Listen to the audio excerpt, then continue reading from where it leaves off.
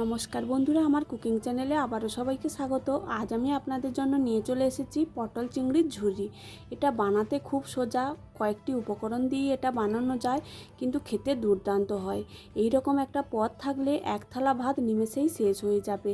এটা দেখতে যতটা সুন্দর, খেতেও কিন্তু দুর্দান্ত। পটল চিংড়ি ঝুরি বানানোর জন্য আমি এখানে কয়েকটা ফ্রেশ পটল নিয়ে নিয়েছি। পটলগুলো একদম টাটকা। এই রান্নাটা করার জন্য এই রকম পটলই দরকার। একটা বটি নিয়ে নিয়েছি পটলগুলো কাটার জন্য। পটলের দুদিকটা কেটে বাদ দিয়ে দেব। তারপর পটলগুলো খুব ভালো করে ছিলে পরিষ্কার করে নেব। পটলগুলো দুফাঁক করে ছোট ছোট টুকরো করে কেটে নেব, তারপর ধুয়ে পরিষ্কার করে নেব। আমি এখানে পটলগুলো কাটার পর ধুয়েছি। আপনারা চাইলে কাটার আগেও খুব ভালো করে ধুয়ে পরিষ্কার করে নিতে পারেন। পটলগুলো কেটে খুব ভালো করে ধুয়ে পরিষ্কার করে নিয়েছি। তারপর বটি দিয়ে পেঁয়াজটাও খুব ভালো করে ছাড়িয়ে নেব। একটা পেঁয়াজ নিয়ে নিয়েছি, খুব ভালো করে ছাড়িয়ে পরিষ্কার করে দু টুকরো করে ধুয়ে নেব। আর কয়েকটা কাঁচা লঙ্কাও নিয়েছি, কাঁচা লঙ্কাগুলোও ধুয়ে পরিষ্কার করে নেব। কয়েক কোয়া রসুনও আমি এখানে খুব ভালো করে ছাড়িয়ে ধুয়ে নিয়েছি। তারপর বটি দিয়ে পেঁয়াজগুলো একদম পাতলা পাতলা করে কেটে ছোট ছোট টুকরো করে কেটে নেব। এই রান্নাটা করার জন্য পেঁয়াজগুলো একদম মিহি করে কাটতে হবে। সবগুলো পেঁয়াজ আমি এখানে এইভাবে কেটে নিয়েছি। তারপর একটা মিক্সির বাটি নিয়ে নেব। ওর মধ্যে আগে থেকে ধুয়ে পরিষ্কার করে রাখা পটলের টুকরোগুলো দিয়ে দেব।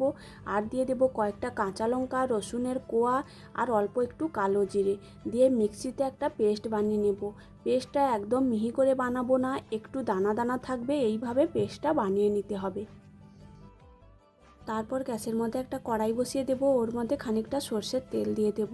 তেলটা খুব ভালোভাবে গরম হয়ে গেলে একটা শুকনো লঙ্কা দু টুকরো করে দিয়ে দেব। আর দিয়ে দেব অল্প একটু কালো জিরে। এই রান্নাটার কালো জিরের গন্ধটা খুবই ভালো লাগে, তাই কালো জিরেটা অবশ্যই দিতে হবে।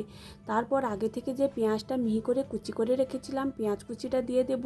অল্প একটু লবণ দিয়ে পেঁয়াজটা খুব ভালো করে কয়েক মিনিট ধরে লাল লাল করে ভেজে নিতে হবে। পেঁয়াজটা লাল লাল করে ভেজে নিয়েছি। এর মধ্যে দিয়ে দেব আগে থেকে কিছুটা চিংড়ি মাছ আমি ভালো করে খোসা ছাড়িয়ে ছোট ছোট টুকরো করে লবণ হলুদ মাখিয়ে রেখেছিলাম। ওই লবণ হলুদ মাখানো চিংড়ি মাছের টুকরোগুলো দিয়ে দেব। দিয়ে পেঁয়াজের সঙ্গে 2 মিনিটের মতো খুব ভালো করে ভেজে নেব।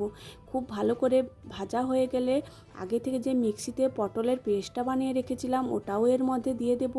আর দিয়ে দেব স্বাদ মতো লবণ, অল্প একটু হলুদের গুঁড়ো, আর দিয়ে দেব অল্প একটু লাল লঙ্কার গুঁড়ো। দিয়ে সব কিছু খুব ভালো করে কয়েক মিনিট ধরে মাঝারি আঁচে কষিয়ে নিতে হবে। 7 থেকে 8 মিনিটের মতো খুব ভালো করে কষিয়ে নিয়েছি। রঙটাও অনেকটা পরিবর্তন হয়ে গেছে আর জলটাও প্রায় শুকিয়ে এসেছে।